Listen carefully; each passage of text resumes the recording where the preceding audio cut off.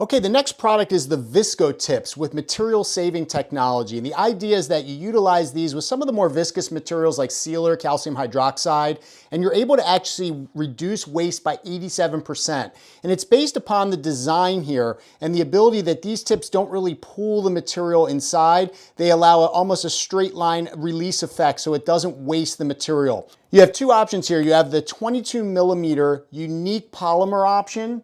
And this is going to be trimmable. So you can use a scissor to trim this if necessary. You can see the flexibility and it's really a very useful tip. And then you also have the new stainless steel options, both in 17 and 22 millimeters.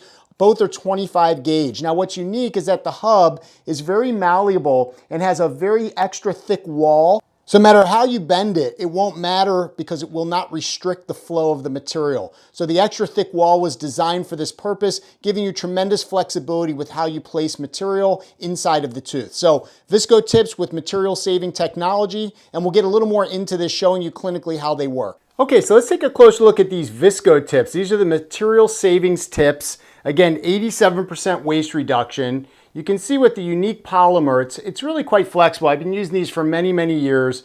You have quite a bit of flexibility in how you can bend it and how you can turn it in order to facilitate it. Once you place it onto the sealer, which is what these will be primarily used for, you can kind of get a sense, you kind of get a little window where you can see the sealer start to come out.